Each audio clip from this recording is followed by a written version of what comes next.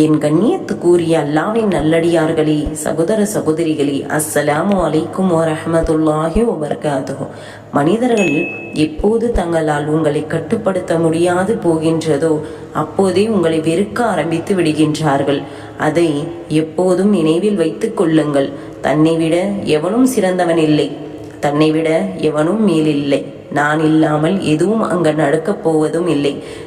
நான் மட்டும்தான் ஒரு காரியத்தை காண கச்சிதமாக சரியாக செய்து முடிப்பேன் என்கின்ற சிந்தனைக்கு என்றைக்கு ஒருவருக்கு வருகிறதோ அல்லது ஒரு உறவுக்குள் வருகின்றதோ அவர்கள் தங்களை பரிசுத்தப்படுத்தி கொண்டார்கள்.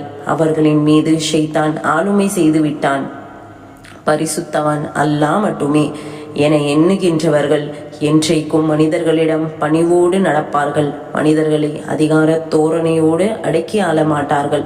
அறிவினர்களுடன் விவாதிக்க மாட்டார்கள். முட்டாள்களை ஒரு பொழுதும் திருத்த முயற்சி செய்யாதீர்கள். ஏனென்றால் அவர்கள்தான் அறிவாளிகள் என்ற ஆணவத்தில் இருக்கின்றார்கள். அறிவினம் என்பது சத்தியத்தை அறிந்து கொண்டே தனி மனித விருப்பினால் மறுப்பது.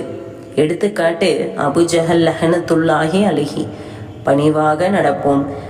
அளவில்லா அருளாளனின் அடியார்கள் பூமியில் பணிவுடன் நடப்பார்கள். அவர்களிடம் அறிவினர்கள் பேசினால் சலாம் என்று கூறி விலகி விடுவார்கள்.